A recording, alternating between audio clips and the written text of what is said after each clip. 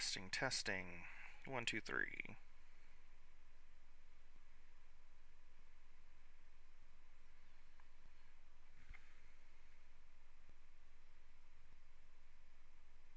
How do we sound?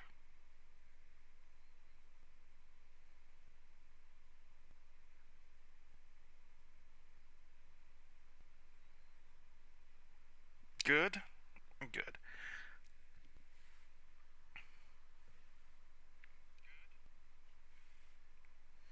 Awesome.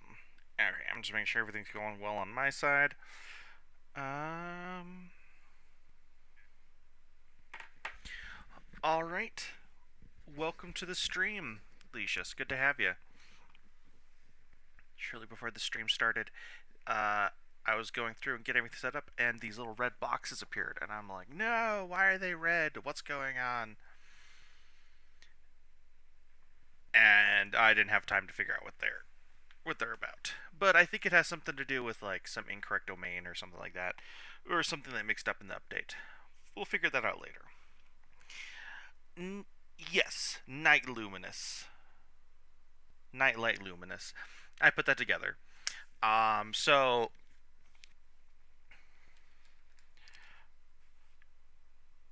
I did notice that you were showing up and then very active in the Discord, and I was like, huh, I'm pretty sure this is that person. So it all works out. Awesome, and thank you for the suggestions and all the feedback and comment. And I heard your writing, and I hope your writing's going really good.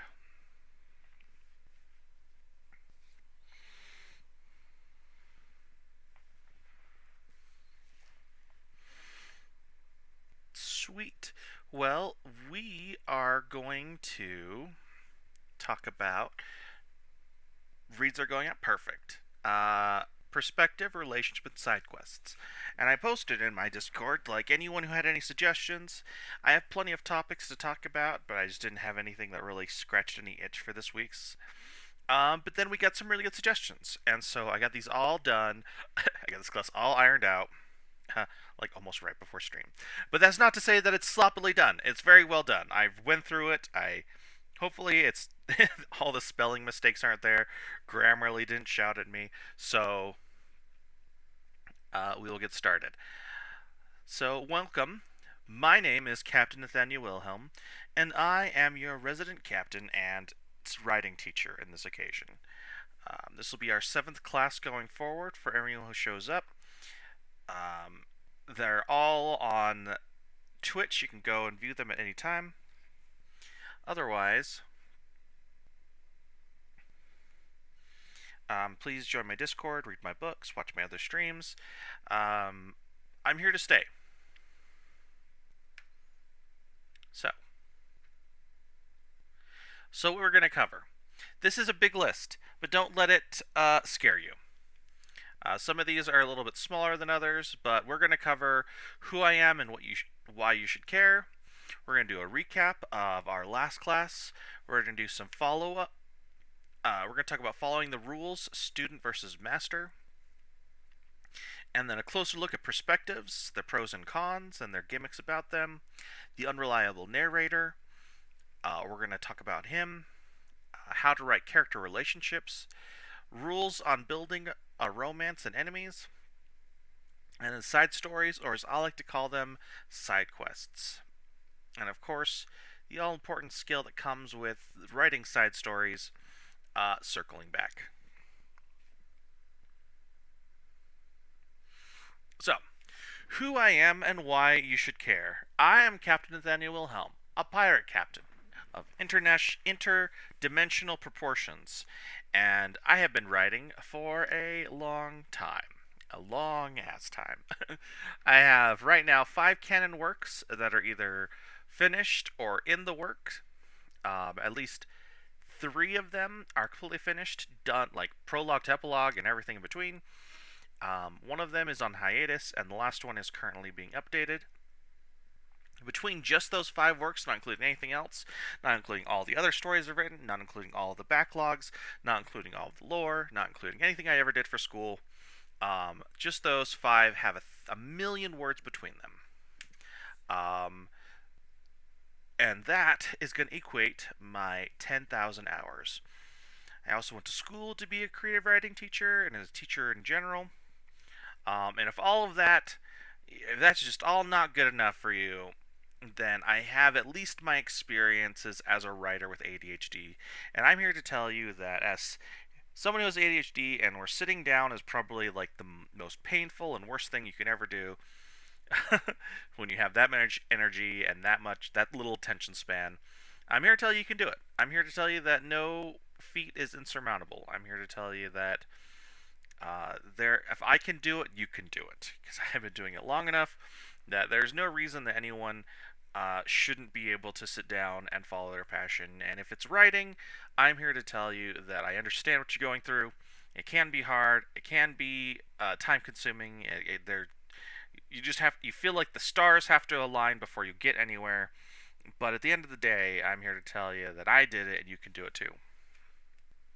So, a recap on what we talked about last time. We talked about fighting scenes, and all around fighting scenes, I talked about effective reading, so that when we talked about fighting scenes, you could go find your favorite fighting scenes and break them down and essentially make them work for you.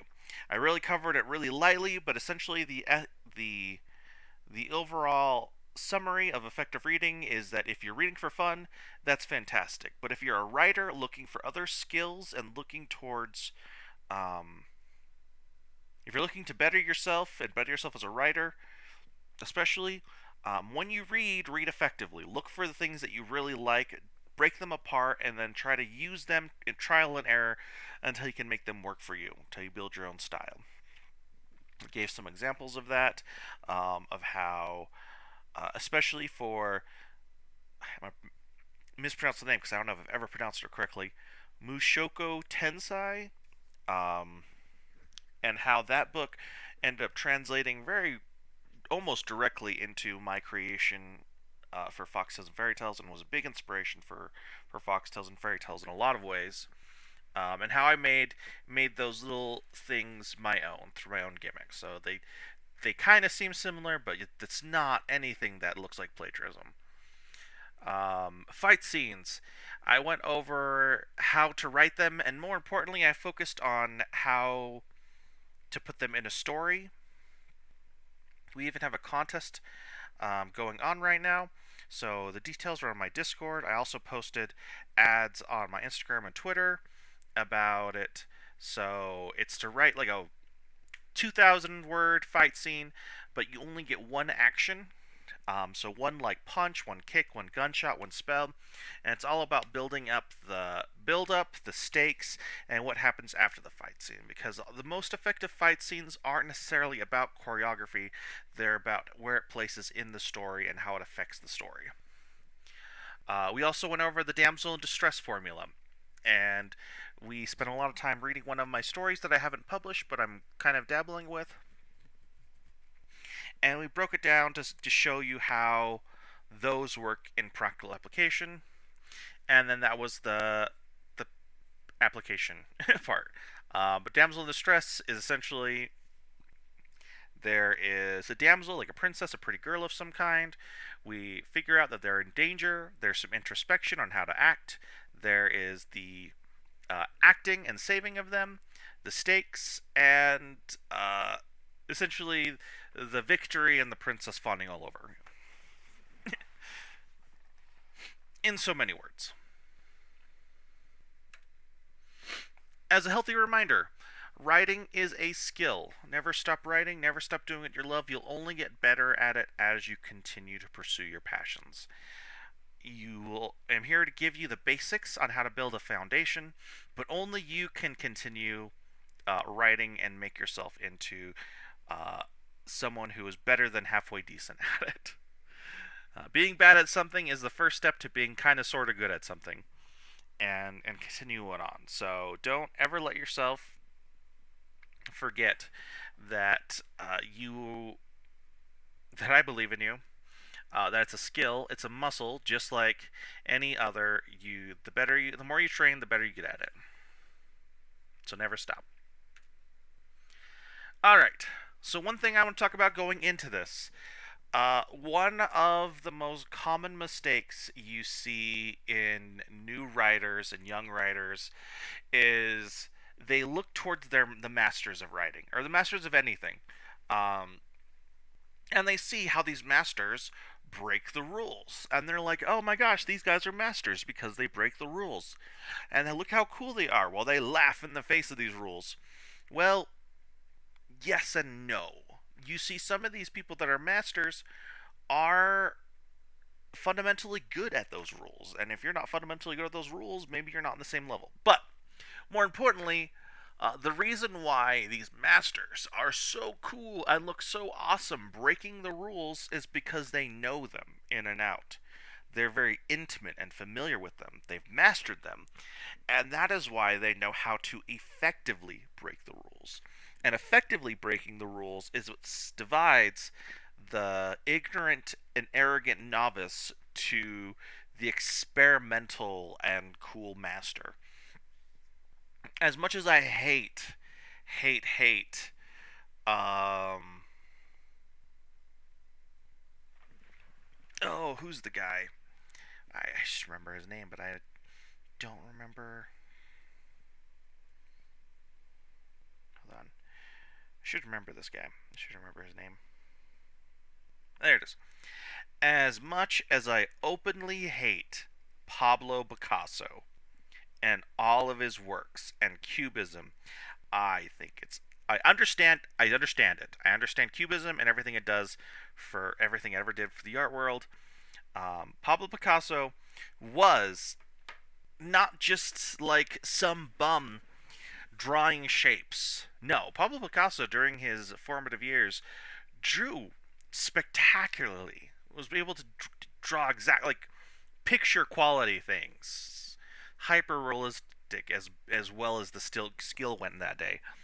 Uh, but as he developed his own particular style that turned into Cubism, he really started to lean into it, and it was used only effective at Cubism because he had studied how to make art good, and that is essentially where Cubism came from, was the distorting of what made art good, making features bigger or smaller or skewed and more angular.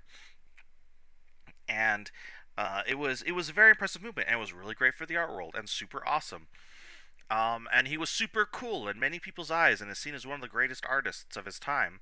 And it wasn't because he drew bad art, it was because he knew the rules and knew how to break them.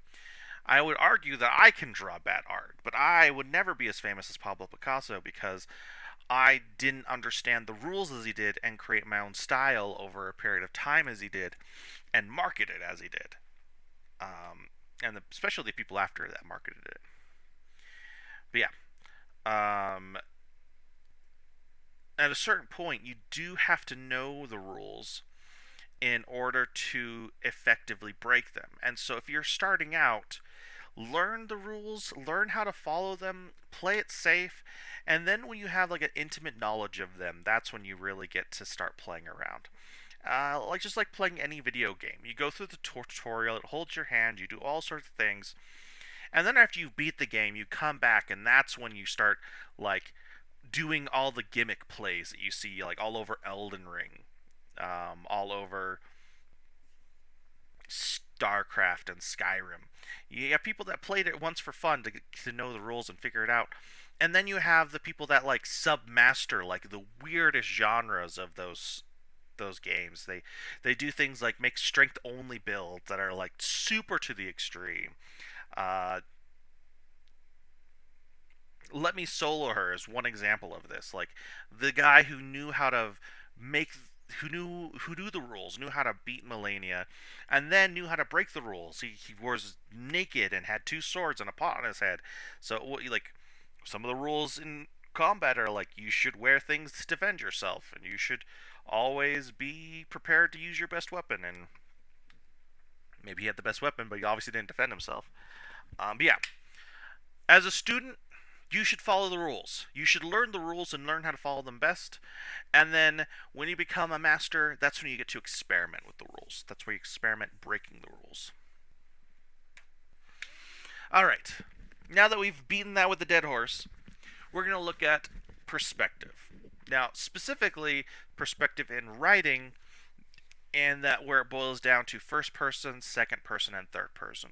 We covered this in a past stream, but we just kind of like skimmed over it to get to the main point. So this time we're really going to take a look at them. Um, and the rule of thumb is that when you start writing a book, you're going to pick one of these perspectives. And as you write it, you should stick to that perspective. If your perspective is from the main character's point of view, and they start talking in I and my and me, and all their introspectives are in I and my and me, and between conversations it's I and my and me, it should stay I and my and me. You should not be flipping back and forth between I and my and me, and then talk about the same character who's I as him, and going back and forth and talk about the same character being I, him, she, he, they. It, you, no. You figure it out, nail it down, and stick with that. Um, Make that your foundation. You really got to settle for those. And you can mix and match these in works. You can have some chapters about the I and my and me, about the main character, and some chapters that are in third person about they and them and the enemy army and the witch who's planning to take over everything, and the villain who wants to ruin the prom. Like, that's all well and good, but those should be the exceptions. The rules should be you should follow the same perspective and keep going. If you have to jump to another perspective and you're doing first person, you should keep doing their first person. If it's in third person, you have to talk about one person, talk about that person in the third person, talk about the next person in the third person, and so on. And then second person, we'll get into that, but it's a little bit different. But when you're writing creatively, first and third person are going to be your most common choices. Are you talking about this person as an I, or that person, or as this? Anyways, first person, I, me, and mine. This perspective, as you write it, is going to come from the mind of the storyteller, the eyes and point of view of that storyteller. So, I went to the market. I went shopping. I forgot my wallet. I had to turn around, and when I turned around, a meteor struck. Um, and I thought that was weird. Why would a meteor struck here? Why am I talking weirdly? Why am I in my head? Um, First person should be about that main character talking about that things and seeing the world in their head. Uh, Foxtales and Fairy Tales is in the first person, and it covers the ground of a. It's the book that I wrote. In case you're joining us for the first time, it's on Wattpad for free. But it's about a boy who reincarnates as a fox boy in a new world, and essentially grows up in the boonies. Um, and he analyzes magic and sees the world and grows through his own perspective. The pros of first person perspective are you really get the introspections of that character as they analyze and go through life and the worries and mysteries and magics and time travel and whatever you're writing about. You really get to get that front seat view of what's going on and their thoughts and their analysis and their emotions. And the greatest pro of this is you really get to build a good rapport between the reader and the main character because you're seeing the world through their eyes. There's nobody else you could bond closer to than that person. Nobody else you can understand more. And probably nobody else you could hate more. And the biggest con of first person is that you're limited to the experience of the storyteller. Anything that happens to the main character is what you know. But if you want to tell all sorts of things about this world and the main character doesn't know it, you can't tell those things about this world because the main character doesn't know it. So that's one of the unique gimmicks that comes from first person. You can have a number of point of views, and what I've seen on Wattpad and some other places is that if you're having multiple views of first person, you'll start each chapter with the name of the person who is telling the story. So if you're switching back and forth enough, you'll want to do something like that to really clarify who's speaking. Otherwise, if you really like that limiting gimmick, it's a really great way to limit the information of the character, to limit that perspective. If you're writing a horror story, it's a really good way to really limit what the main character knows about the villain, what they're running from. Usually the fear of the unknown is part of what makes some of these horror stories so terrifying, is that we just don't know enough. We don't know why they're scary. We just know that they're scary. We know that they'll hurt us. We don't know how they'll hurt us, but we can only imagine how much they'll hurt us. And that limit of information helps breed helps breed um, that fear, that mystery, that magic, that excitement about what's going on. Hi, Freddy boy. Good to see you. You also get to be more intimate with character growth. When a character experiences change, you get to see that change going through their eyes. Whether it's a change of heart, whether it's a change of opinion, whether it's a change of setting, you really get to experience that through and with the character. Second person. This is going to be you, your, and your name. These are going to be things where the writer is speaking specifically to the reader. You'll see these most in technical writing, speeches, self inserts, and choose your own adventures, where everything is like, well, what will you do? Turn to page 94 if you choose to do this, or 138 if you choose to do this. Or there's a lot of self inserts on Wattpad where they're like, oh, well, uh, she really liked your name and your eye color and your, you know, where they really simulate this environment where you can put yourself as the reader inside the story. But also, this is what you'll see when people give speeches, where you say things like, "Oh, all my people, you people, I da da da da da." And you'll also see them in technical writing, whether that's in manuals or reports. When you have to explain something to someone, and you're just like, okay, you're going to put the knife in the peanut butter jar, and you're going to take that knife, switch it around to get the peanut butter on it, and you're going to put that peanut butter covered knife on the toast, and then you're going to slap it around, and then next you're going to do the same thing with the jelly, and then, you know, instruction manuals. Pros. It's easy to get information across, especially if it's very direct, like in the case of textbooks and how-tos. It's also great for discourses. And it can be really fun for both the writer and the reader when you're doing self-inserts and choose your own adventures and stuff like that. Lucius, I find this type of writing to be tough because I feel like you're saying the reader is the main character, but the reader can't decide what's written. Yeah, I have found that too. It really does come down to choose your own adventure stuff, and um, it's really one of the more difficult ways to write it, just because it's much more unnatural way of writing. There's some people that can do it really well. Don't get me wrong.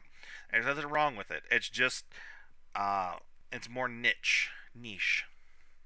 And that's where the cons is. It's not the most effective for creative writing, because we always see in creative writing is first and third person. It's very niche, and the unfortunate truth of it all is that you can really build up fatigue in the reader, since you're placing a certain amount of expectation on them when you're telling the reader you decide to go do things, you're doing this, and if it's something the reader wouldn't normally do, then it really takes them out of the plot, out of the story, and they have to forcibly suspend their disbelief to keep reading. So, um, really, if you're going to stick with the style, understand what you're getting yourself into, and know that it's more difficult, and it's not more, and it's not necessarily that it's better difficult. It's just different difficult. It's like trying to um, I want to say it's like trying to build a house with with nails instead of screws. Um, yes, they have their place, but technically screws hold the foundations and the woods better together than nails. But nails are faster to use and have their own place.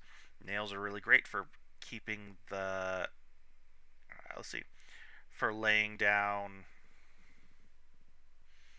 drywall or doing roofing, but maybe not necessarily the best when you're putting together foundations, things you want to stay together for a long period of time. So it's just you have to pick your skill set and know when to use it. The unique gimmicks. Speeches can be inserted in almost any perspective, so you'll probably see this even in other styles of writing. You can invoke a rallying emotion in the reader by addressing them directly, or break the fourth wall, or do that kind of thing. And you'll probably use this more for school and work more often than not. So when you're writing reports, more often than not, you'll write these in the second person in one way or another. You probably won't go like, I read the report and it's dumb. I don't know. It's been a while since I've written a report specifically in the second person, but I do remember doing a lot of papers in it. Third person. This is going to be he, she, them, and they, and those guys over yonder. And this is going to be the omnipresent storyteller perspective. Like God looking down on the story, you get to pick and choose the details that the reader knows and understands. Um, yeah, you take a step back, a third person view on what's going on, and instead of being in the driver's seat, you watch as the story goes on, or you show what you see as the story goes on. Um, I don't really have a lot to say about this. It's definitely first person or third person. It comes down to personal taste and what you're doing. The pros, you can address many characters more fluidly. So if you have a book with lots and lots of characters, it's much easier to write those stories in the third person than it is in the first person. Especially if you have multiple environments where they go and do and experience things.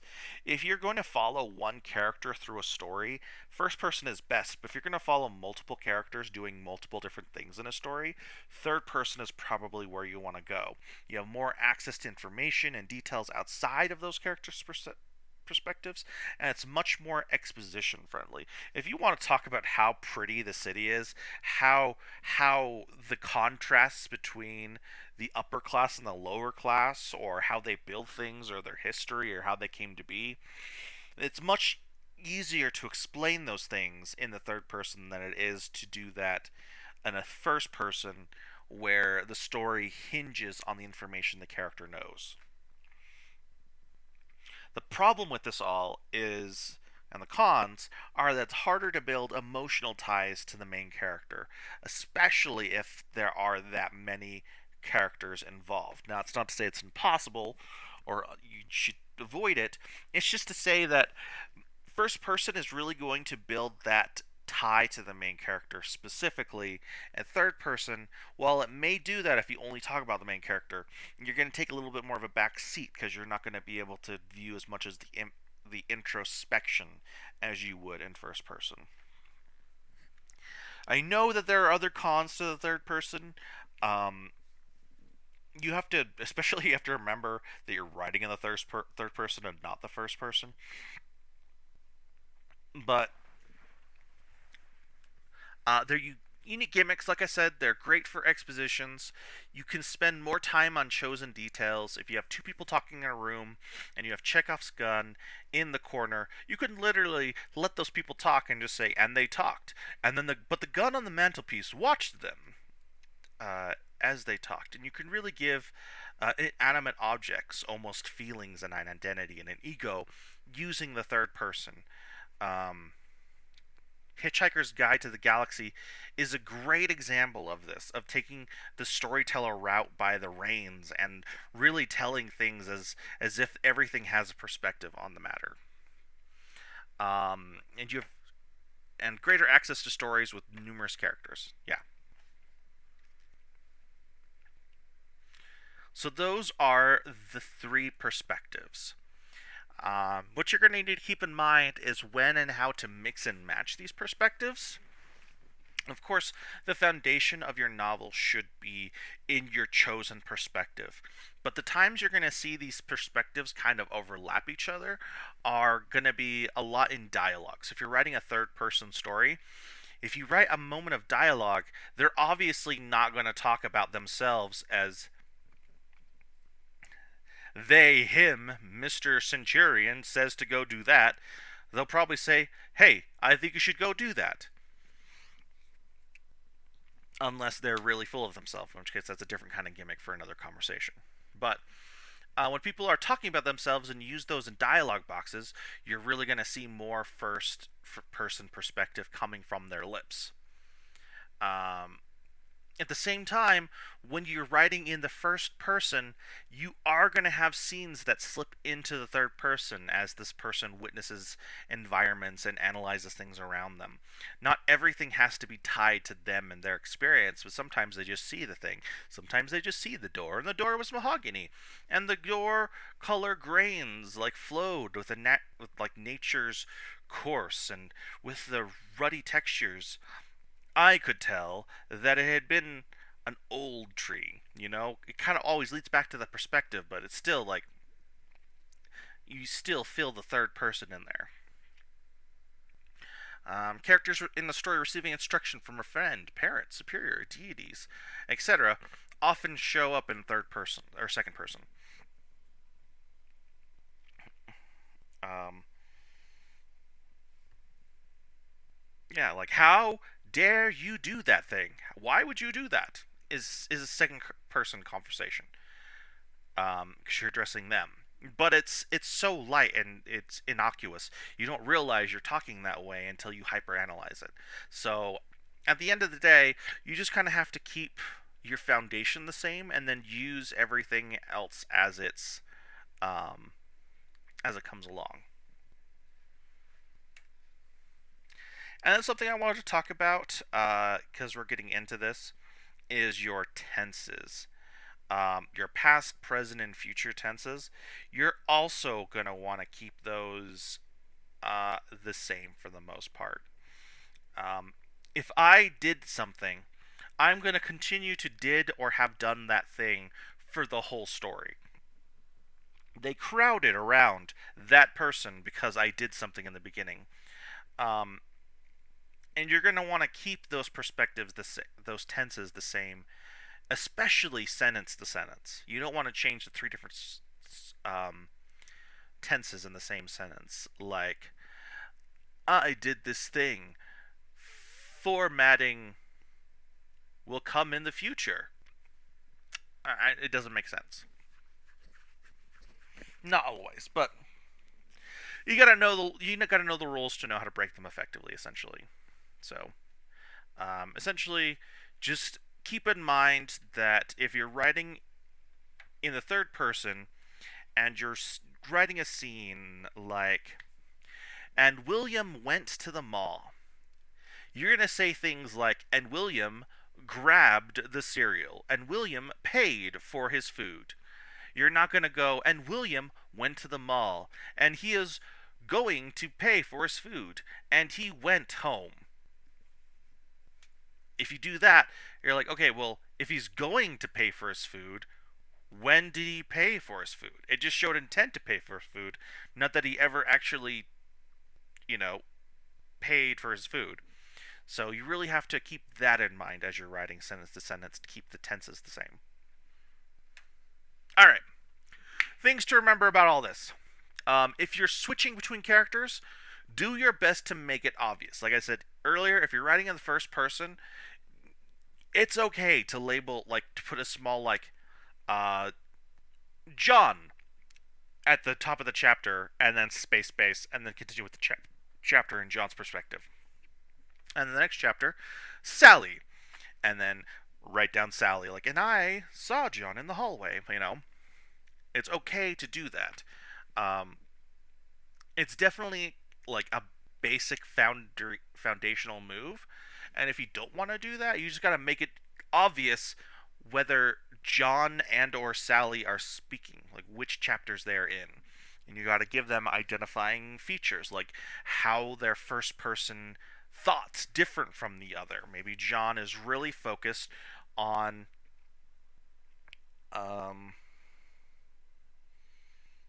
goal oriented things. Like, I'm going to do that thing, and I remember I have to do that thing. And where Sally is really focused on emotional based things. Like, I really feel this about those curtain colors, and I think I should get that in my room because I think it would make me feel better in my room because I felt that way about that. You know, that's a really basic example, but you really want to keep it um, very obvious who's speaking in that way. And then, more importantly, if you're like me and you write several stories in different perspectives, so like Fox Tales and Fairy Tales is the first person, but Tales of the Pearly City is third person, you really want to keep those straight somehow. If I start writing, and Cal said the thing and went to the thing, and then I went to the thing, you're going to confuse your readers and be like, oh, wait, who's I? Wait, when did I show up? You know? Or vice versa. Like, Sebas is thinking to himself, and I discovered magic, and I like to use this blue type of magic, and he went and used that blue type of magic. You're like, okay, is this still Sebas talking? Who else could he be talking about? You know? So you really want to keep those separated if you're writing different perspectives. The unreliable narrator. This is one of the world's famous. This is one of my favorite gimmicks, if not one of the best gimmicks around. But it also should be used sparingly and should be used right. So it's really hard to use it and get it right. But essentially, it's exactly as it sounds. It is where the storyteller lies or deceives the reader in some kind of way. You'll see this a lot in like mental illness novels and books and stories. Like, A Beautiful Mind is a great example of this, of an unreliable narrator, because you see what's happening on the screen and you are experiencing it from the perspective of this main character. But this main character is going freaking crazy, and some of these things that he's seeing and understanding aren't actually real. And you don't understand that these things aren't actually real until someone else explains it to him, or until you pick up on context clues. The Sixth Sense is another one of those, where, spoilers, he was dead the entire time, but he like exists in this world where he's talking, interacting with people, and they're either ignoring him, or he can't get them to communicate, or he's speaking with this one boy, and he's only able to get feedback from him. And then you realize that, like, oh, maybe he wasn't at that dinner. Maybe he was talking to his wife, but his wife was just eating alone and waiting for him to show up. And you know, just the context clues show that the narrator, the person in perspective that's telling the story, isn't exactly your friend in understanding the truth. This is also a big player in propaganda, so be aware of that. Let's see. Often seen with crazy people, mental illness, mystery settings, some horror tropes, and with characters that have limited experiences and only share what is important to them. So, obsessive characters would be another one of these. Like, a character that only sees one aspect of the story specifically, and whether that's intentional to deceive the reader or intentional to give that um, character, there is some unreliable narrating going along. All right, character relationships. So, one of the important things to realize is that most stories are character driven, and some of the more interesting stories are character driven. Some of the stories that argue are not specifically character relationship driven are stories like Godzilla. Godzilla, everyone knows when you go to a Godzilla movie, nobody goes to a Godzilla movie being like, man, I really want to see this character and this character really pan out their marital issues. No, you go to a Godzilla movie to see Godzilla. So, which is another thing you should keep in mind when knowing your audience. But we're going to go over rapport, what it is. First impressions, intimate relationships, betrayals, pecking orders, and deceptions. These are just some of the basics of what you need to understand when you're going into writing different characters.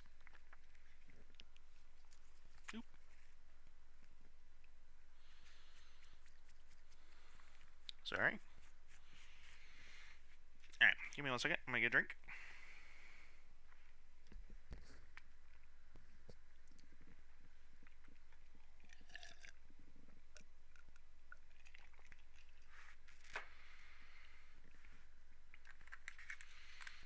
Alright. So, first we're going to talk about the spectrum-based relationship meter. And this is just something to help new writers and people who struggle with this, something to really see and understand when it comes to relationships. And this will be spectrum based. So, like building up favorability points or losing favorability points in a game of Sims, this is kind of what that's based off of. Everything between your arch enemy, someone you know who's neutral, and someone who's a sworn ally. And so, when you start to understand where your characters fall on these scales, you can really start to break them down. You can really see, like, where are they with this person? Do they see them as a stranger, an acquaintance, a friend, a best friend? Or if you want to get more into the romantic side of things, like at what part are they crushing on them and it's kind of a distance thing where they're dating, engaged, married, and eternally devoted?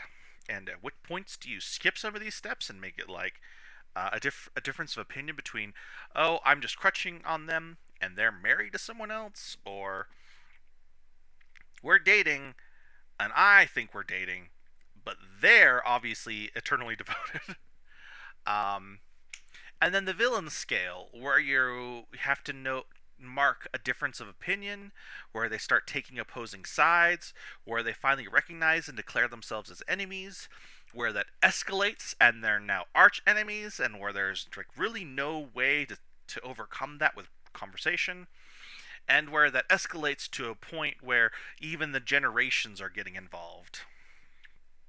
So once you kind of get an idea on the spectrum of where these characters view themselves, you kind of have to start off with, okay, we have the left side of the spectrum, which is the arch enemy, and the sworn ally side of the spectrum, which is the sworn ally, or sorry, the good side of the spectrum, which is sworn ally, and then somewhere in the middle is neutral, where they don't feel anything about for each other, mostly because they don't know each other yet.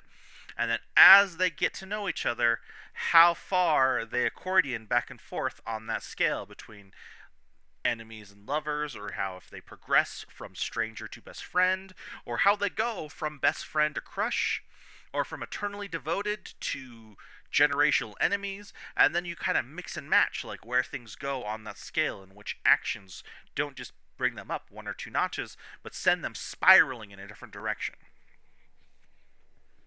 And then once you understand where these are coming from, where they're coming from as characters, you can really effectively write those characters toward that person.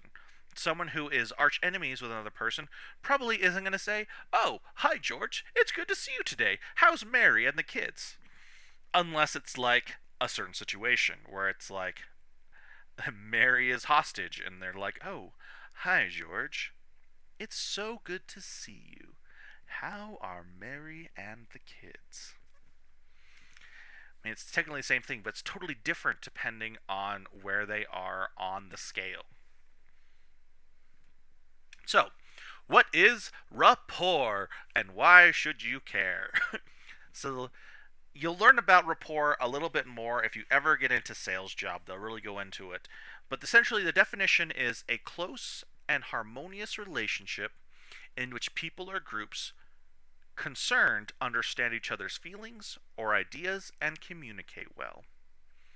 So the terms you're going to be looking for are building rapport versus breaking rapport, and those can change the dynamics between characters. Building rapport will essentially make them better friends, where breaking rapport will essentially make them better enemies.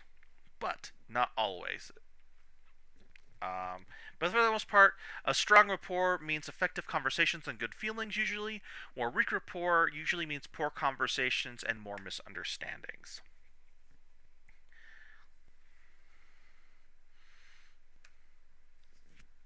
So, first impressions. Where to start? Well, at the beginning. Um, there are often sayings revolving around first impressions are very important. They're the most important thing because you can't change a first impression. A lot of these are true and have story dynamic tendencies. Favorable impressions can increase rapport between can increase rapport between characters and make them effective communicators, or it can break it down. Think of a the different first impressions you would see between characters that interacted over the phone, and the first time they ever spoke with each other, the one person says, "Hello, how can I help you?" Or whether they say, "What the fuck do you want?" You know? And their entire dialogue and relationship going from that point on will be affected by how they approach those first impressions, by how they latch on to those first impressions, how they perceive that person as only that first impression, or hoping for the best and maybe they're not, or vice versa. You know, setting up the first impression dynamic is very important when you're introducing new characters to the story. How do they introduce themselves? Do they start off on the right foot? Do they start off on the wrong foot? And those can create some very interesting dynamics the more back and forth you have. Maybe um, person A and person B meet person C, and person C says this, which person A really agrees with, but person B really does not agree with. So they're starting off with a good impression and bad impression with two of these characters we already know, and that creates a new amount of tension and a different dynamic going on. Because before, person A and person B were getting along, but now that person C has come along and introduced another perspective on the conversation or idea or concept, now there's tension between A and B. So, those are things to keep in mind when introducing first impressions. And some characters will just latch onto that first impression and never let it go. If you get off on the wrong foot, they'll just always perceive you as evil. But I would argue, more interestingly, is to get off on the right foot. They will always perceive you as good, no matter the evil that they commit later. You know? Intimate relationships. So, once a character interacts with enough, they grow rapport and they become closer. This is not just lover based, but just more familiar based. Consider, like, you are probably more intimate with your family and friends because you just straight up know them better. You've built high rapport with them. Your mom and dad, especially, have been around all your life. Now, maybe they have chosen to break it down rapport, but I would say for good parents, usually they build a lot of good rapport in the relationship. Um, Characters with high rapport are more able to guess the other's wants and needs. And then characters don't always need to be friendly to be intimate. Consider Megamind and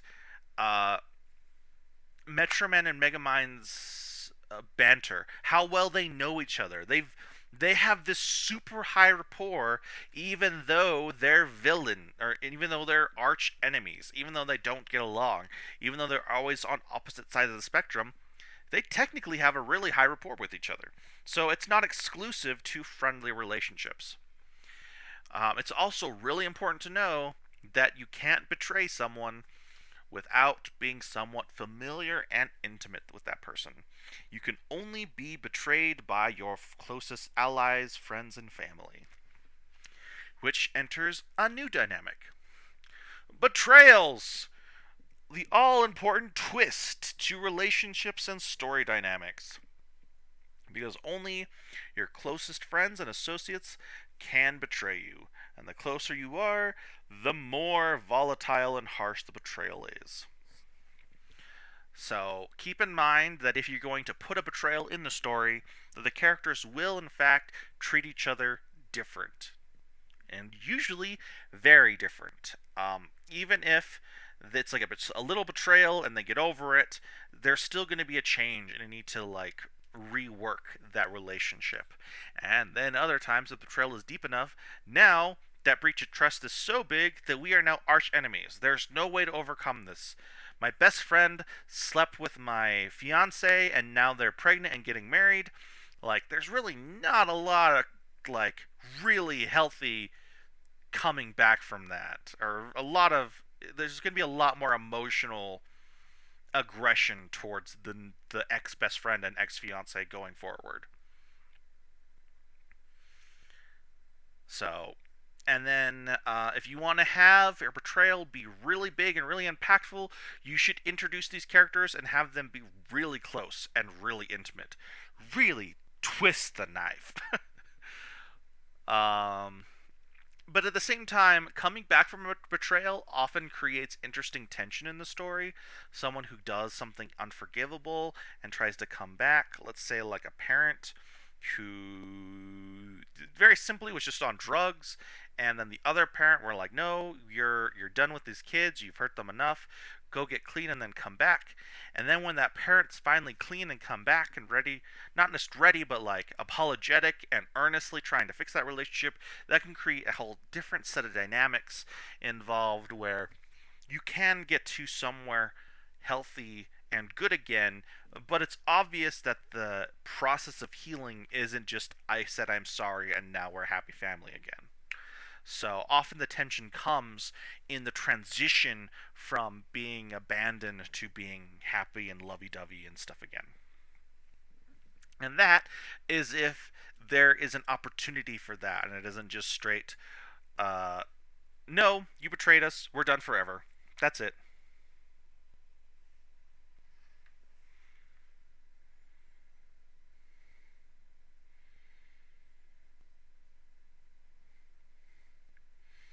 I'm seeing a lot of red boxes in my OBS corner. I'm hoping my stream's okay.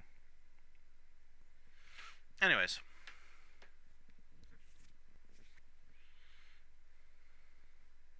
it's fine. Good. Pecking order. This is also very important when it comes to establishing and writing relationships. In pre-established hierarchy, there will also be blah. In pre-established hierarchy, I'm just going to read that word for word. Pre-established hierarchy will define how they interact with each other and often limits rapport between the two characters. Yes. So you really have to, when you establish a hierarchy, whether that's sergeant and private, whether that's master and servant, whether that's peasant and king, whether that's boss and employee, whether that's popular kid versus unpopular kid, when there's an established hierarchy, there are expected behaviors between the two. Certain pressures on both. Kings are expected to act kingly, while peasants are expected to show deference to those kings. Um, so, if you're going to have a relationship between these two sets of characters, you have to understand that there are automatically limits set on these characters because of the hierarchical order. Um, Usually, the expected behavior on the people in the lawyer hierarchy is to fear and respect those of higher orders, whether that's they're higher because they have power, whether that's higher because they're scarier, whether that's higher because they have more money. Usually, to some degree, people lower on the spectrum will pay respect to people higher on the spectrum. That's just how pecking orders work. Whether everyone agrees with that is where you tell the story. Um, and if you have to recognize that many procedures are put in place to show deference between the classes or differences between the classes. These can include language like saying yes sir, no ma'am, rituals like bowing, and regulations on eye contact. There are some stories where they really emphasize like no, don't you cannot look upon the emperor. It is forbidden. They are God. You cannot make eye contact. You cannot look at them. Keep your eyes on the ground.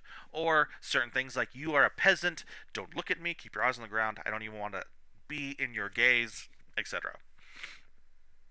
And then there's often offerings of patronage. Um, these are found in relationships that are like the king, or power dynamics where maybe you have to pay a protection fee to the local gang, that kind of thing. So there are many procedures put in place by the upper class to enforce that difference on the lower class, and that pecking order is something to keep in mind when you're making dynamic characters. Um, the king falling for the maid is a very interesting story that's done over and over and over again because of that difference in dynamic. Um, More often than not, the king falling for the maid is almost seen as abuse when it's written from a male perspective, but it's also seen as very romantic when seen as the from the female perspective, where it's the male. If a male is if a male king in power is going after maids, it's usually they're frolicking from maid to maid, showing off their manhood and just uh, going through their lusts as they will. But in stories where it's more romantically based, or usually based on the women's perspective, it's definitely like the king is only treating this one maid differently, and that's romantic. They're only nice to this one maid, even though they're very fearsome and very almighty and very high above it, because they treat only this one person with a different kind of deference. It really shows the impact in the story. So,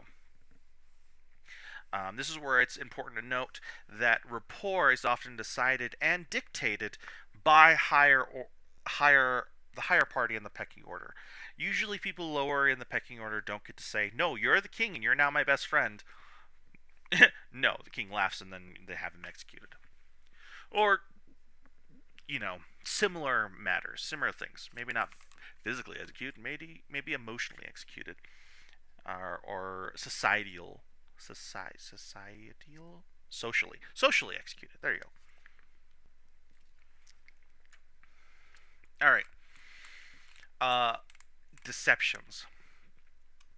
Characters withholding information from other characters will often act different or intentionally normal. Think about a card game. You the best card players wear sunglasses and try to act intentionally normal. But some more amateur card players usually have tells when they're doing things like, oh, they have a really good hand, and they have a tell that like maybe they do a little like wiggle in their shoulders. They're like, yeah, I got a good hand, and so I'm gonna bet everything. Or when they're bluffing, maybe their eye twitches. So keep in mind that deceptions are an important interacting point. Kids and parents deceive each other all the time. There's a lot of deceptions just in regular healthy relationships, like not to burst anyone's bubble, but the whole like Santa and Easter argument, like this idea that there are these fantastical creatures in the world that will give you presents and candy and money. Um, can be fun stories, but are at their root in deceptions, and how you take them really depends on how you tell the story. Another important thing to keep in mind when it comes to deceptions that there are lies that are just bold-faced lies, and there are also lies of omission, where you tell most of the truth but not all of the truth, where you leave out the little details where you're probably involved. Lies of omission will actually be seen a lot inside uh,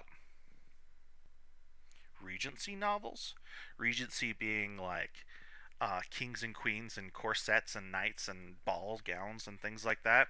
Usually the villainess or some woman is talking and they'll say a thing, but it'll be like a half truth because they're withholding the fact that they started the fight or that they were wrong. Did the wronging first or whatever.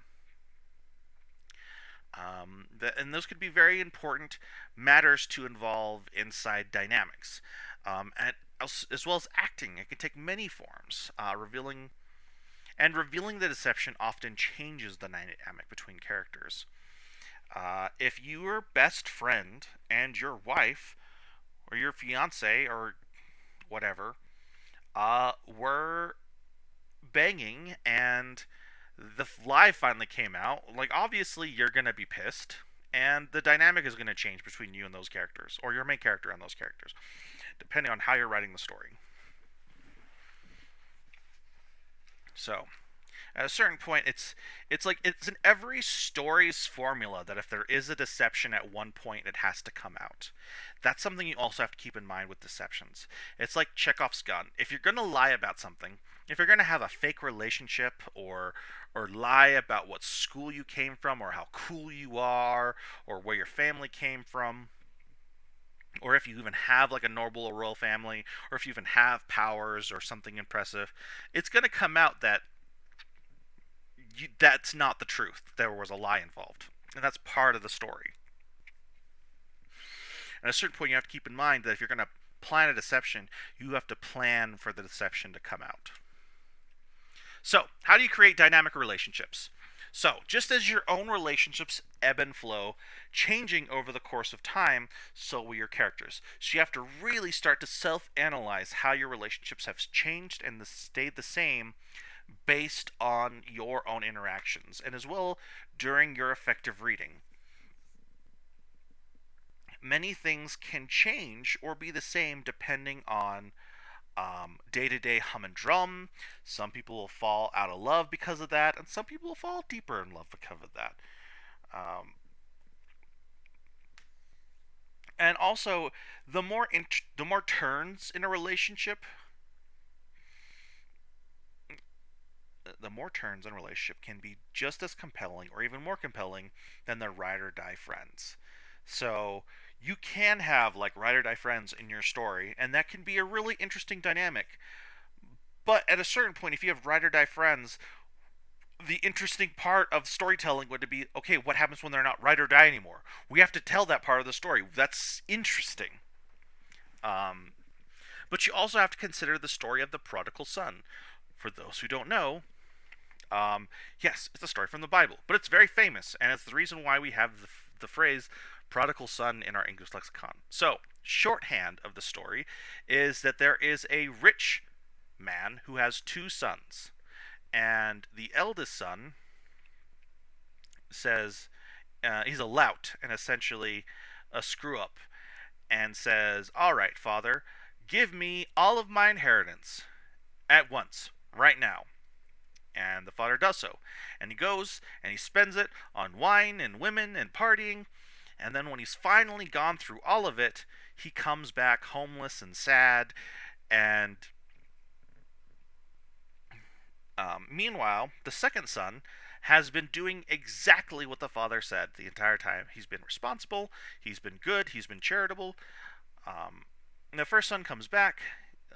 Second son is usually more aggressive towards him, but in the progress of the story, the first son apologizes to the father and seeks to make restitutions, and to a certain degree, makes restitution, changes his life, changes his ways, and comes back to being like a stellar citizen. Now, of course, he doesn't get his inheritance back, but his father sees him and loves him favorably, and the second son gets a little bit pissy at this and like addresses the father in the situation. Is like, why do you like him so much more? Why is he getting such special treatment? I am the one who's been doing the right thing the whole time. Like, what's going on? And the father essentially says something to the fact of, isn't it great that he came back though? Like, what if we had lost him forever? Like, is there any greater, like, I love you, of course. Like, there's nothing ever been wrong, but this son also needed a show of love to help get his life on track, and needed it, and now his life is on track, and he's better, and he's to your point. And of course, I'm missing some of the main storyteller points, but that's kind of what happened. Is this son went away, spent everything in a life of debauchery, and then came back, and even though he was, and then came back and essentially sincerely apologized and made better and became better for it. And I think within the bounds of the story, the second son and first son actually end up getting along. But we'll continue on. Um, but yeah, that's characters who fall from grace or go through redemptions will have actively changing rapport with those around them. And that's very important to note, is they will have actively changing rapport. So while they're going through these fall from graces or through their redemption arcs, their rapport will actively change. As much as I hate Guilty Crown, hate it with a burning passion. As much as I hate a lot of things, I love a lot of things. Um, Guilty Crown is a great example of a fall from grace as well as a redemption arc as well. Um, but the relationships in the story change in that fall from grace and become almost more interesting in the fall from grace than they did in the original like happy slice of life story that I was originally portraying. So if you're looking for a fall from grace story, look towards Guilty Crown. I hate it. Hate the story. But it has respectable elements. It's just like Picasso. I recognize that it's good, but that doesn't mean it doesn't fit my personal taste. It does not fit my personal taste. I hate it. It's exactly against my personal taste. But I can recognize. I am man enough to recognize the merits that it holds. Um, Very good Fall from Grace storyline, which is one of the reasons I hated it. I just didn't like the Fall of Grace. um, and like spoiler alert, like the girl dies at the end, which like will kill an anime for me. I don't want the girl to die. I want them to have happily ever after. And if the girl dies, it like drops like five, like a solid 5 points out of 10. Like it's a big hard line drawer. Um, but yeah, as you will see, characters actively changing rapport. So at one point you'll see these characters and they will straight up hate each other and they'll argue and they'll fight and then slowly they'll like start having more civilized conversations and then maybe they'll actually have decent conversations and look out for one another and there'll be a moment where the one character's in trouble and the character that they thought hated them to no end is the one who's bailing them out. Like those are some interesting character dynamics to keep in mind. Those are actively changing rapports. Those are great things to write inside your story. The rules on building romance or enemies. Keep in mind that not every romance is so easy as the as the visual novels make them out to be. There's not You just can't hit events and then give gifts and then have the girl fall in love with you. As great as that would be, as easy as that sounds, that is not how relationships are fundamentally built. There are some relationships that can build that way. Don't get me wrong. A certain amount of care and understanding and reciprocation will increase your relationship as it goes on, depending if that's just friends or if it's romances. But obviously, stories are the more dramatized of the circumstances. Um, but the idea is that there's not like on this line of perspectives, it's not always so easy as just going up rung to rung to rung to rung to marriage. Um, so you must consider that the and as far as like romances go, like enemies, creating enemies through their story can go equally as you make romances. I don't know if that makes sense. You can develop romances in the same manner as you can develop enemies, and that is because they are just as structural as they are dynamic. There. Not And you have to all consider that not every relationship ends in love hate. Some people just end as friends, some as unlikely allies or acquaintances. Some people they have a hero worship and then they move on with their life, and some people live in a wall of intolerance and will just always hate your character no matter what they do for them. And like there's a whole line of ways to write characters and how they interact with their settings, and that's what makes the story interesting, is to see the many different dynamics, and whether that's friends to lovers or enemies to lovers, you will see these different uh, dynamics. Friend zoned or even family zoned. They're like my friend. They're like my brother. Oh, I don't want to be your brother. Brother zoned. Um, but yeah, and then also you have to consider that sometimes walls of indifference create interesting dynamics as well. Like just they're so far away from caring that it can shatter emotionally some people, like the distant father, or maybe the distant friend of a friend. They just don't give a crap about you. you're you're like a grandpa to me. Ouch.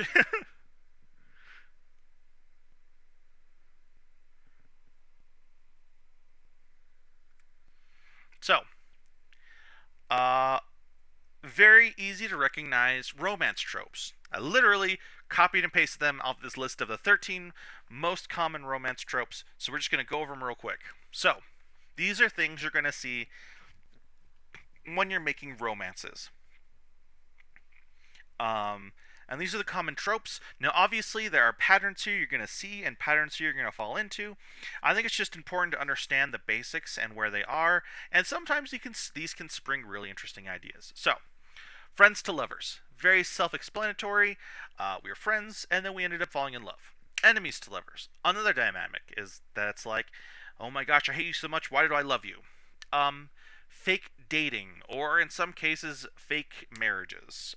We're going to date to make someone jealous, or we're going to date to make sure that everyone else stays away from my dating life. Forced proximity. This would be, I would say, like Beauty and the Beast, where you're just kind of forced to be next to each other and you fall in love just because you're there. The office romance. It's just another form of forced proximity, I think, but it definitely has its own dynamic instead of a work setting. Love triangles. These are very commonly used trope, like in the early 2000s. That's where you saw Divergent and Hunger Games and Twilight. They were all about those love triangles.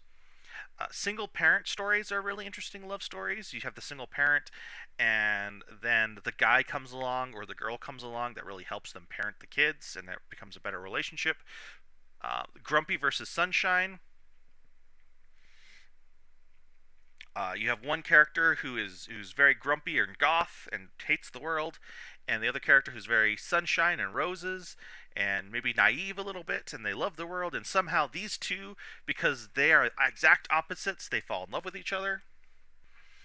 Roommates. Yeah, I think that's very self-explanatory. You have roommates, whether you're similar gender or unsimilar gender. You just another form of close proximity. Hidden identity. This is definitely plays in many ways where you lie about who you are, whether that's Aladdin or whether it's a what's it fake engagement or an enemies to lovers like Megamind. There's a hidden identity aspect there where you date your best friend's brother or sister. It's your best friend, but now you're in love with their sibling, and there's that bro code or sis code or whatever where you just can't like. There's some approval between there, and you're like, "Can I date your sister?" And he's obviously like, no," but you love each other. Different worlds and backgrounds. Once again, this will be like Aladdin. There's a lot of discrepancies in environments. I thought it was like two separate categories. Um, the song Uptown Girl is all about that. Uptown Girl, now you're ready for a downtown man. That's who I am. Anyways, bad singing aside, usually it's those kings and queens and falling in love with the maids and poppers and stable boys. And then celebrity romance, which kind of falls into that a little bit as well, but is more, I think, modern based. It also falls in line with like kind of a hero worship, which has its own side to it. And can be a little bit into the hidden identity if you're lying to the celebrity that you're their fan, or that you start fake dating the celebrity. But yeah, it's definitely enough of a trope that we see it at its own trope. Now, what do we happens when we paradigm shift this? We get enemy tropes. So we're going to go over enemy tropes. How do we become enemies with characters? Well, we were friends, but now we're enemies. Or maybe we were enemies, but now we're rivals? Fake dating or hating. We fake fighting and have this whole argument going on. We're planning it out that way. until we actually hate each other. Forced proximity, I think, is just another one of those, like, some people fall in love and some people fall in hate. Office drama as opposed to office romance. Instead of the three-way tie or triangle, what was it? The love triangle, we have the third wheel. The single parent that's usually divorced. Grumpy versus sunshine, maybe the grumpy one's a bit more grumpy than they need to be, or vice versa. Roommate drama instead of roommate love. The hidden identity and spy games. Maybe you're hanging out with someone and they have a jealous, and you're hanging out with your best friend and maybe they have a jealous brother or sister who's trying to come between you. Of course, different worlds and backgrounds always cause a certain amount of rift just to begin with. And then celebrity persecution, like what do you do if a celebrity hates you? Instead of you worship them, they just hate you and they're just coming after you. And you can't say anything against them because they're so and so. The Boys, that's all about the celebrity persecution, or vice versa. You know, it's the anti-hero worship. So, going into side quests and side stories. When you're writing a book, obviously you're gonna stumble upon other characters that you like besides the main characters. Maybe you like this character, want to explore them, and you want to see where their side story goes, whether it goes into a romance, or whether they discover their own powers, or whether they get good at fighting, or seducing, or drinking. How much of that should you include? Hold on, I'm gonna drink.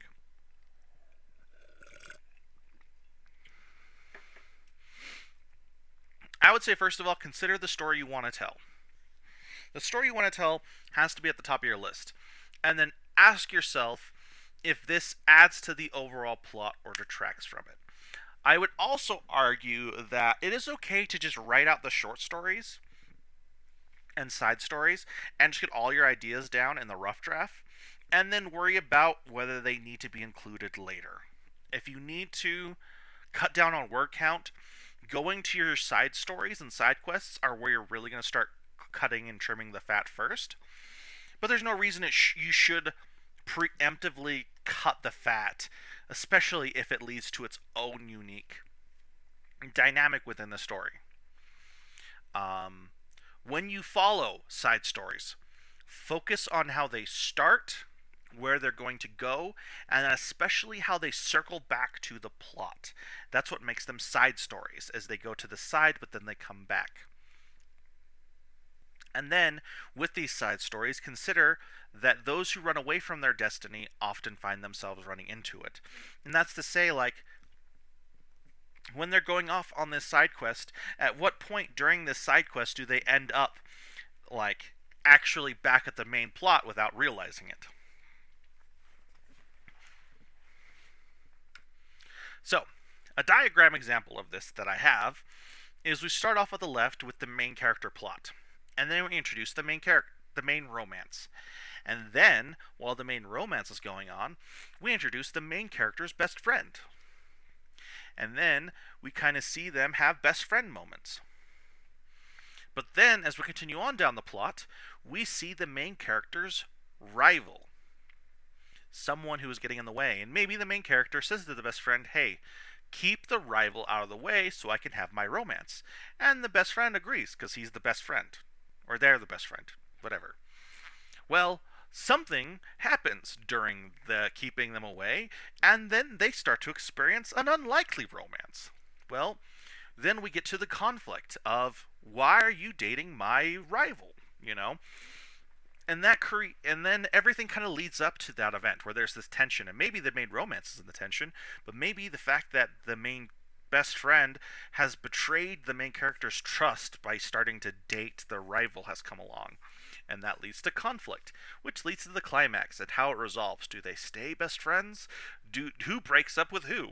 You know, this is just a very, very simple example of the main best friend going off on a side quest with the main rival, and then how it circles back. So, Very simple. Circling back is going to be the best skill that you have. Side stories should always either directly or indirectly enrich the story, and they should always circle back. They should always reveal something that's happening along in the overall plot. They should have something in the overall world, something that may in fact impact the main character later. And then, when you have your rough draft written and you're doing editing, and when you're doing editing after everything's finished and you have to start trimming the fat, start considering side stories that don't circle back and considering either cutting them off or just giving them their own TLC and their own story to begin with. And then you should keep in mind that the reason why I advocate for just getting them written is because side stories are an excellent way to raise tension and raise stakes. There are often times you don't know what's going to happen in the story until you explore some of the side stories a little bit, and then there's some unnecessary contention that happens. What about a short side story, intermission type stories that flesh out main character relationships and don't necessarily contribute that much to the story? For example, A Boys' Night Out. A Boys' Night Out. The greatest thing to do with A Boys' Night Out is to flesh out best friend characters and to flesh out friend characters. So if we go to A Boys' Night Out, A Boys' Night Out might be the best way to introduce the main character best friend, and then the rival ruining the Boys' Night Out may be a good way to introduce that rival, you know?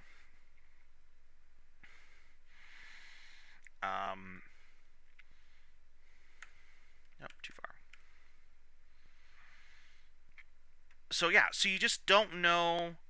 You don't know what it's going to do to increase or change the plot until you get it written. And then when you go back to editing, you can always do a little dabbling and being like, okay, well, while they were on Boys Night Out, they saw the cops that would later do the thing, or they had the drugs, or that's where they got the beer that would later incriminate the main character, or during Boys Night Out, that's where they met the love interest, you know?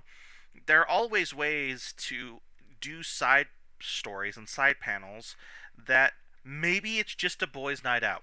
Maybe. Maybe that's the original intention going into it. And maybe you just do that all later, right? And then maybe, while boys' night out, you realize that you like, instead of best friend B, you kind of like best friend C, who's being kind of a bro but's kind of underappreciated. And maybe they get a love story. And maybe you explore best friend C's love story. And then that love story ends up being better than than main character A or side character B, you know? I would always advocate, if you're gonna write everything in the rough draft and then don't worry about trimming it until later. Final drafts are where you start to really streamline things. But I would advocate that you don't need to stress yourself out about streamlining things if your entire purpose is to get it down on paper. While you're getting things down on paper, your purpose should be to get it down on paper. Get all your ideas down on paper, all of the side stories, all of the side quests, all of the little wicked items, all of the boys' nights out, all the girls' nights out. Just get them down on the rough draft. And then if girls' night out turns out to be like a pizza party where they hit each other um, with pillows, and it ends up not being really that impressive as much as you thought it would be, then just cut it out later. You don't need it. But write it. Get it written. Get it done. Maybe it'll give you some tips on how to write a party next time. Circling back tips. When bringing a story back from a side quest, consider their timing and locations. Locations can be very important in story settings, places that are significant to the characters, or even places that are significant to the world setting. Things that are like, oh, this is where the gods touch down, or this is where the big football game is held, or this is where the Imperial space family meets. I don't know.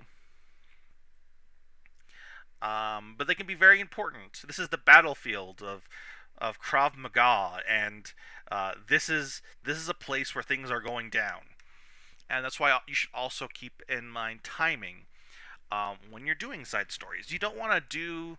You want to keep track of the beats of the story. You can put a beautiful romance in the story as a side story, but maybe you shouldn't put that beautiful slow burn romance in the middle of a climactic battle scene. Like, let's say you have everything built up to this climactic battle scene and the stakes are super high, and you take a break away from these stakes and this battle and these high tensions, and the reader wants to know what happens next, and you zoom way 1,000 miles to the best friend character who's having a awkward first date, um, and they're just having the time of their life, and it's just an awkward first date, and it's cute and fluffy, and there's nothing wrong with it. There's nothing tense or weird, and then that just feels out of place. The Naruto war arc, yeah, just a little bit.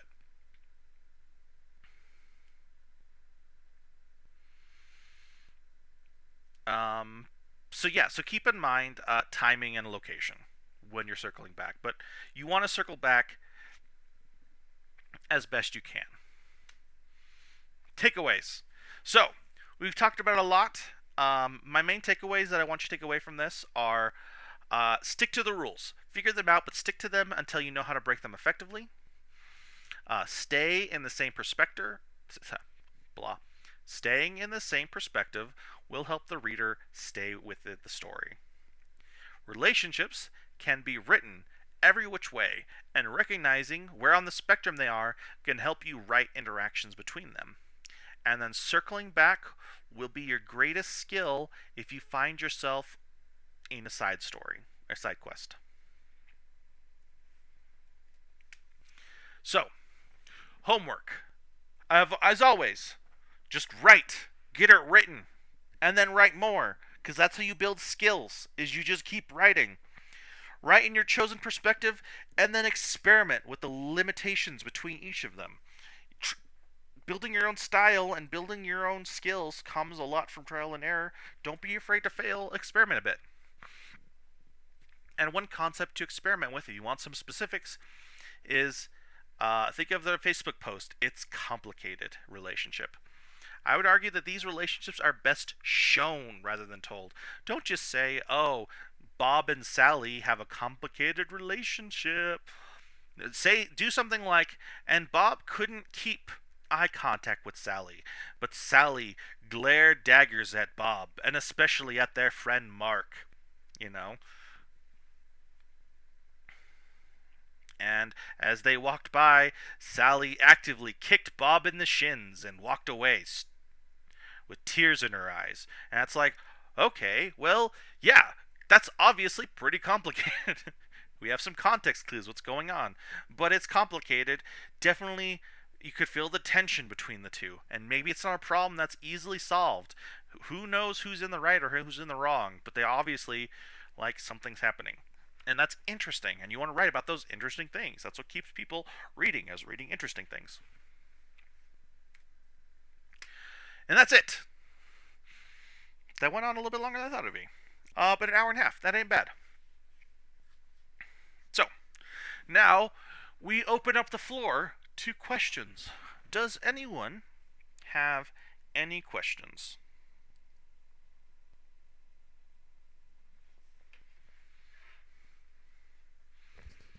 I'm going to take a drink while people write.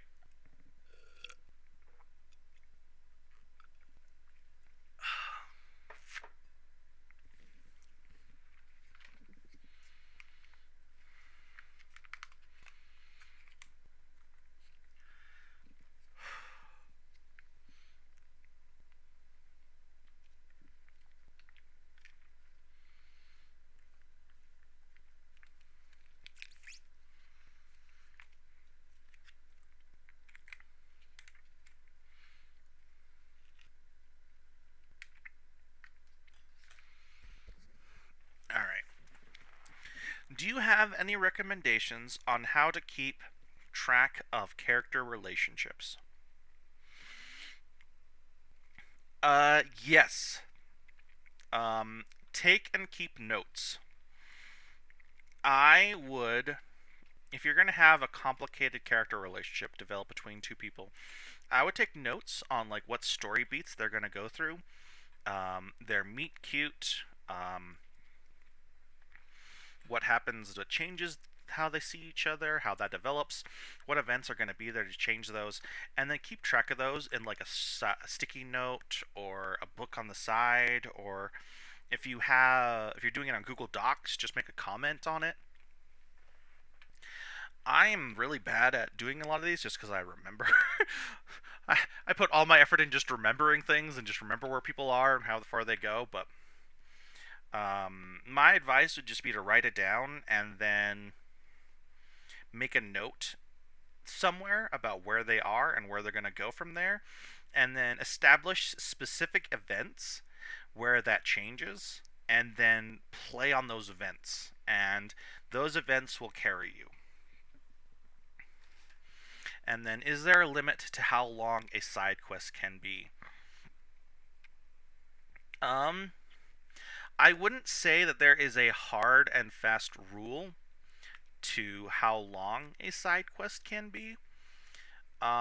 Except that the side quest shouldn't be longer than the main quest. You know, a side quest, if you're gonna make it a side quest, should feel like a side quest. And once it starts detracting from the main quest is when you have to either start lengthening the main quest or start detracting from the side quest.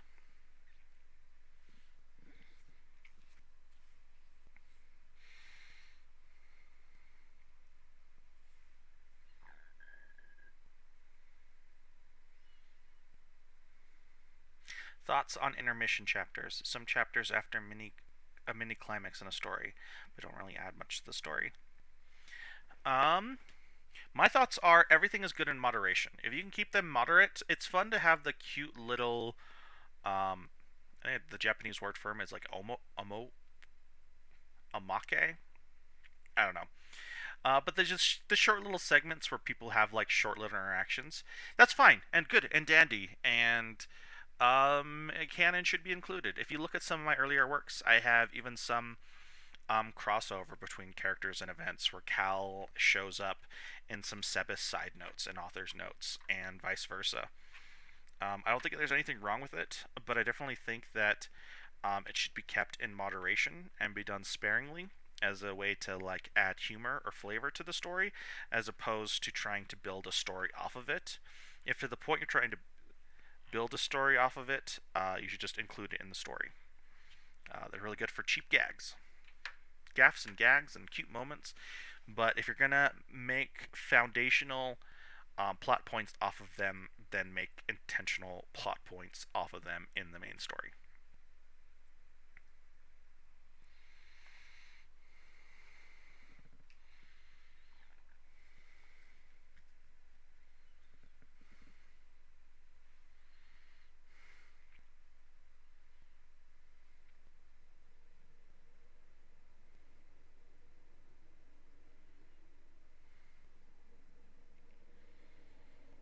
These are some excellent questions, though. Very good questions.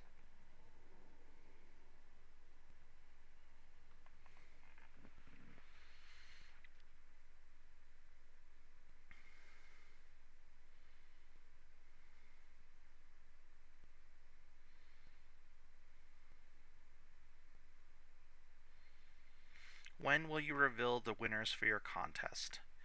That is an excellent question. It's due next Friday, right? I will probably reveal them. I probably want to do them for the following Wednesday stream, so I will probably announce them before that. Uh, Very likely the Tuesday following that, just because that'll give me enough time to read the submissions and make my notes and everything. So, so, so the following Tuesday is the highest probability of that. But that also depends on the submissions. We haven't gotten a lot, so I don't expect to read a lot. But if we get like a huge chunk right at the end where I have to read a whole bunch, then I'll probably push it off. So, um,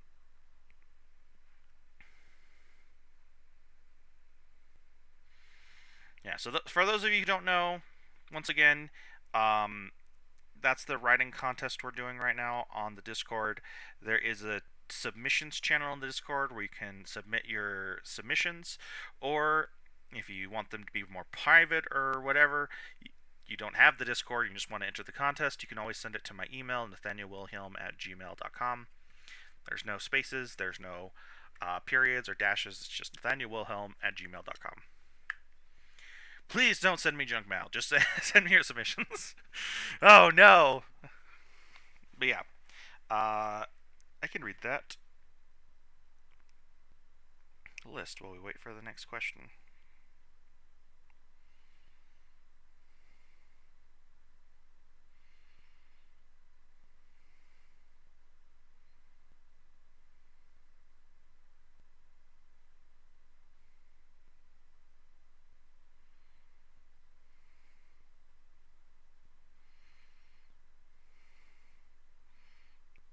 Okay, I remember I put it now. So it's in story prompts in my Discord if you want to go look it up. So it's simple. It's the story hyped fight scene must include two characters in the fight/conflict. One chapter only, no specific genre. For the purpose of this prompt, you only get one action. This means one gunshot, one punch, one spell, one sword string, etc. Focus on the impact this fight has on the story rather than the fight itself, the build up, stakes, and aftermath. The characters can be of any story or OCs. Maximum word count is 1750, give or take 250 words. So that's basically like a max count of 2,000 words. Submissions are due midnight Mountain Standard Time on the 24th of this month. And then the reward will be I will read and review the winner on stream. And then for tips, go read Creative Writing Part 6, my lecture on Twitch. So yeah, so submit your submissions either in the challenge submissions or at my email. Dieter, do you have any questions before we go?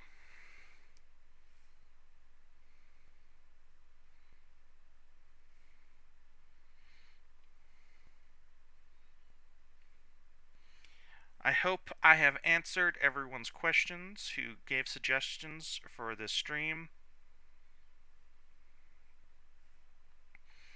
Um, so yeah. So let's see. Submissions are due on Friday, so next week's stream will not be the read and review. It'll just be another author resource stream. Once again, I stream on Sunday nights at 2 a.m. and then do an author stream on Wednesday at 10 a.m. Come out and join me. And then, as always, I do have all of my works for free on Wattpad. And if you want to, 2 a.m. Yeah, that's just when I'm up because I work the night shift. Yeah, so that's just when I'm up and active, and I'm like, okay, now I can start doing things for the day. And that's just when I would start playing video games, anyways. I post once a week. Right now, I'm posting about on True Love Seventh Kiss, which is essentially uh, The Bachelor in another world with isekai themes and with villainesses instead of just regular women. There's magic, adventure, there's airships, there's dragons and monsters and spies. So, otherwise, my other works are Foxtales and Fairy Tales, Reckless Adventures in Another World, and Tales of the Pearly City.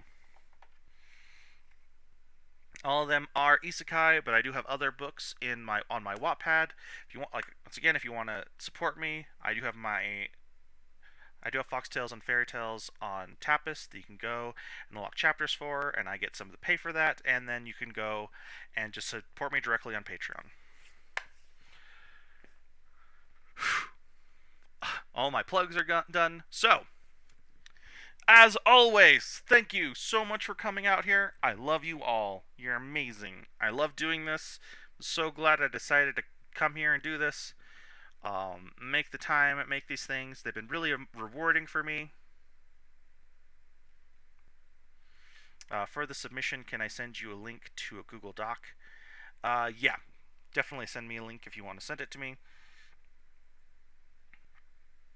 And then just let me know somewhere when you sent it, and I'll go and look for it. But as always, may the winds of fortune ever fill your sails.